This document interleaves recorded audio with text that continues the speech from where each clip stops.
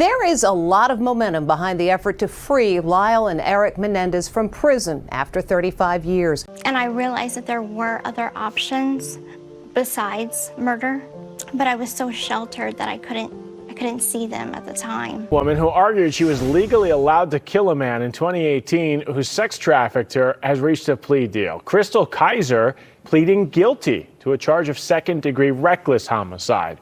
So I have to make a follow-up video on the video I just did about me doing time with Lyle Menendez in Tehachapi back in 1997, because I have a shit ton of comments in the last video where people are saying they're guilty, fry them, they don't deserve to get out, they get what they deserve, all that kind of shit. Let me tell you guys something.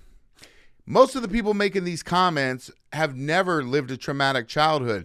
They were born, raised, whatever, in a good household. So if you haven't lived that type of childhood, you shouldn't be commenting on a motherfucking thing. And I'm just going to be honest with you. I lived a traumatic childhood. And yeah, I didn't kill anybody. I didn't take anybody out. But it sure fucking fucked up my life and set me down a path of destruction. I did over 15 years in the California prison system.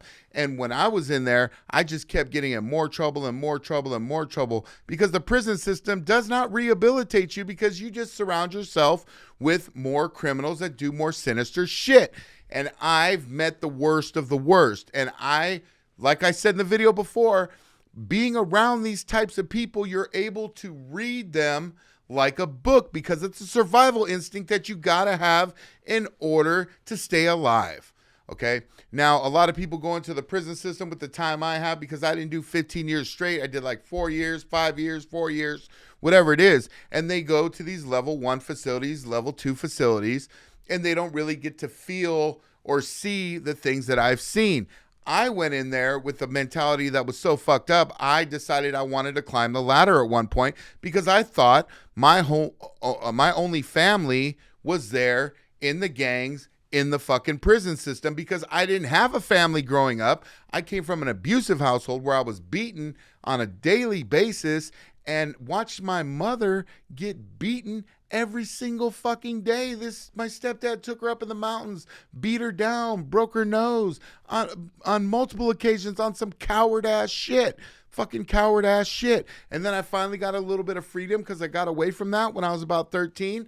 And I didn't know how to live because of the way that I was brought up. So I felt that I was free, and then I started getting into trouble, and I started looking for family elsewhere, and I found the family in gangs and a bunch of other shit like that. So I lived that lifestyle, that I had that traumatic upbringing, and I didn't even get over it till I was about 34.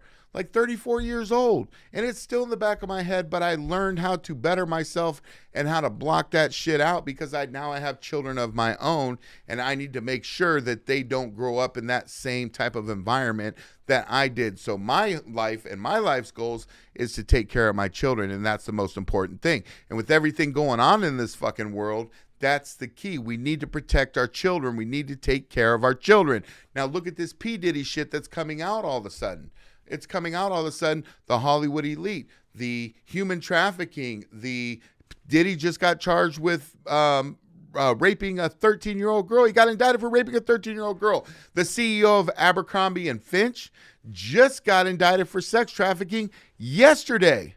Just got indicted. Look at Jared from Subway. Now I want to explain to you guys something. So I said this in the video before, but when people get so much money and so much fame that they could have already whatever they want, and materialistic things that you can buy don't really have any meaning to them anymore, because they can get whatever they want, then they start to do sinister shit. They start to do shit that they're not supposed to do. And one of those things is fucking with children. I don't know if you guys remember that movie Hostile, when the elite would travel to the other side of the world and pay money to actually murder somebody or do other things. You think that they don't do that? You've lost your fucking mind. That's not a conspiracy. This type of shit happens, and it's all coming out in the news, and people are starting to see it. But a lot of people are still turning a blind eye to it, thinking it's a conspiracy, and it only happens to a couple of people. They're all involved in it.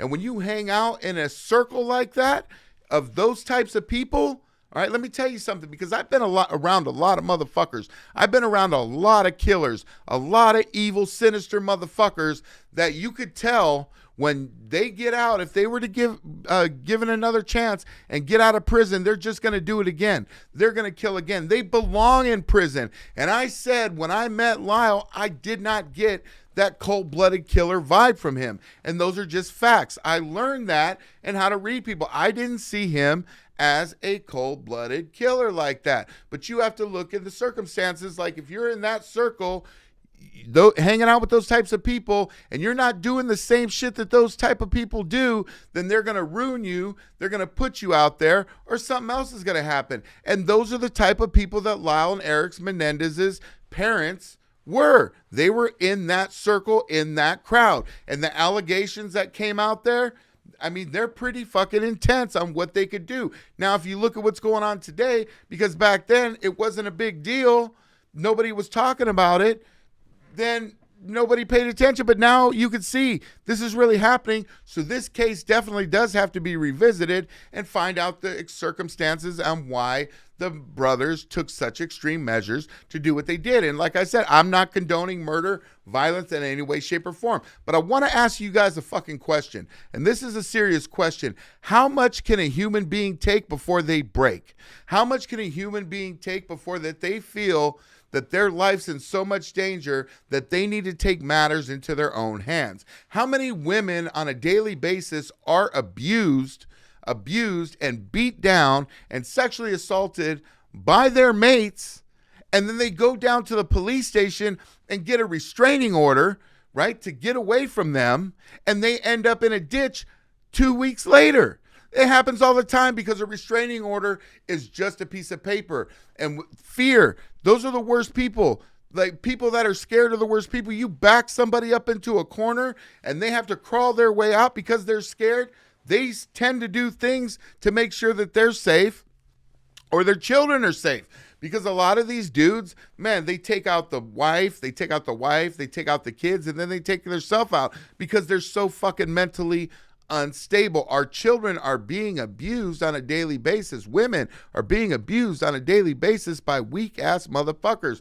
And sex trafficking and, you know, pedophilia and all that shit is way, way, way the fuck up here. It's happening everywhere, and people are choosing to turn a blind eye to it. Just if I come across like a TikTok video or something and I see a girl dancing, probably 18, 19-year-old girl, if not younger, because I don't know about fucking TikTok, the comments are flooded with fucking pervert ass fucking dudes. I'm just being honest with you. Thousands and thousands of comments like bam. And you know these dudes are hitting them in their DMs. My wife even puts up videos on TikTok just talking because, you know, that's what she does. And her DMs are flooded with dudes asking her to be their sugar mama. You know, asking her to be their sugar mama. That's the type of society that we're in today. And when they sexualize everything, it makes things worse. It makes things worse. It makes things fucking worse. So we need to look deeper into the Lyle and Eric Menendez thing, because we have soldiers that go to war in different countries and they come back with PTSD. And some of those soldiers do some horrendous shit. They either take themselves out or other people out. They lose it because they got PTSD.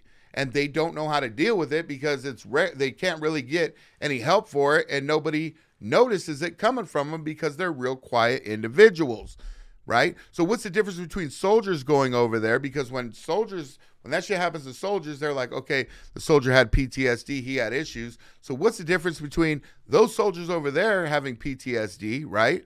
And then the kids that are growing up being brainwashed from such a young age and traumatic shit happened to them, that they have PTSD because it's out there. So again, revisit the case. Let's see the circumstances of Lyle and Eric Menendez's case and what was actually being done. What makes Lyle and Eric's case different from Gypsy Rose, who they just let out? Because let me tell you something. I paid attention to what was going on with her case, and she, to me, is a fucking master manipulator. I could see it all over her, and they let her out. They literally let her out of jail. And then let's talk about Cristal. I forgot her last name, but she's out of Wisconsin. She was being trafficked, and she killed her trafficker. They gave her 11 years. They gave her 11 fucking years because they didn't look I think she got acquitted now, but they didn't look deeply into the case and understand that these people were backed into a corner because they were being abused.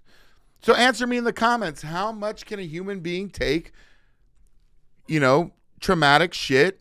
How much can they take before they snap? Before they snap, because we are all just humans. And again, I'm not condoning any type of violence or anything like that. But I want you to answer me in the comments, because so many people want to comment in my comments saying like they know the entire circumstances, and the majority of them haven't lived that life or had a traumatic upbringing.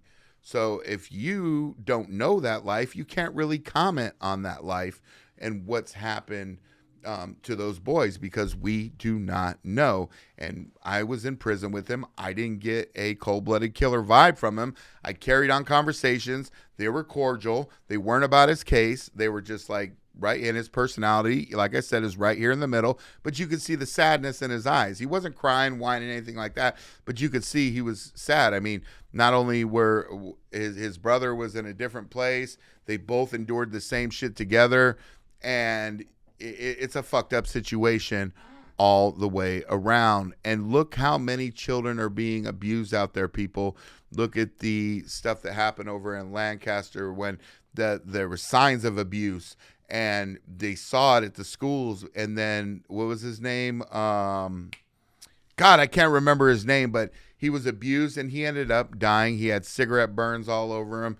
All this shit done by the stepdad and the mother, because people weren't paying attention to what was going on in the home good enough, because there wasn't the resources. You have to open your eyes and pay attention and ask yourself, look at these people, and if there's something wrong, you need to say something. You need to do something, because this abuse and this trafficking and the sexual abuse is fucking through the roof. Look at Jared from Subway. Do you think Jared from Subway was a pedo prior to the fact that he got rich and famous and started hanging out with the elites?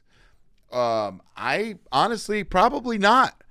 Probably not, but then he got rich, famous, and started doing it. I can't call it, but I would say that it was socially acceptable for him to do what he was doing, and the circle had him doing it.